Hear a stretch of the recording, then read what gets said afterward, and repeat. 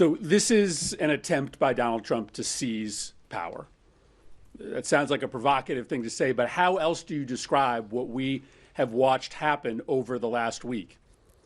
The broad immunization of political violence, the illegal firing of inspectors general there to make sure that the money of the taxpayers isn't stolen. And today, the illegal and unconstitutional decision to put the President of the United States and no one else in charge of who gets federal money and who doesn't. What President Trump is doing is seizing control of the federal budget and deciding by himself who gets money and who doesn't. For two reasons. One, he wants to bank money so that he can afford his massive tax cut for billionaires and corporations. But second, so that he can hand out money to his friends, to the companies that are run by his billionaire donors, to states that voted for him, to congressional districts with members of Congress who are loyal to him, and so that he can deny money to any organization run by Democrats, to companies that are competitors to his billionaire friends, to congressional districts represented by his political opponents. This is what a king does.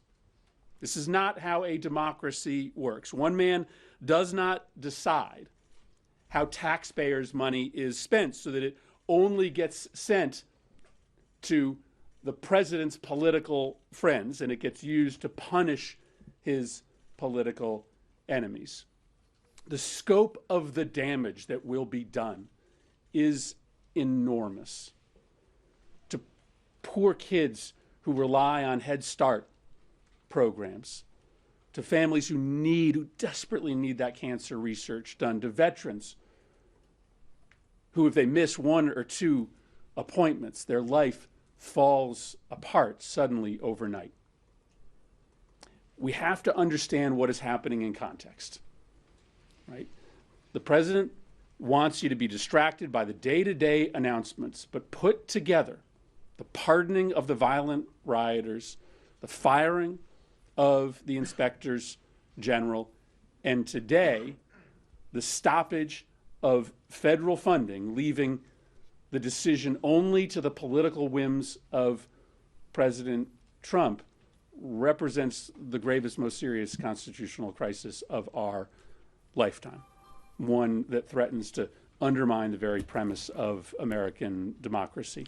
And I'm glad to be standing here with my colleagues to raise this alarm.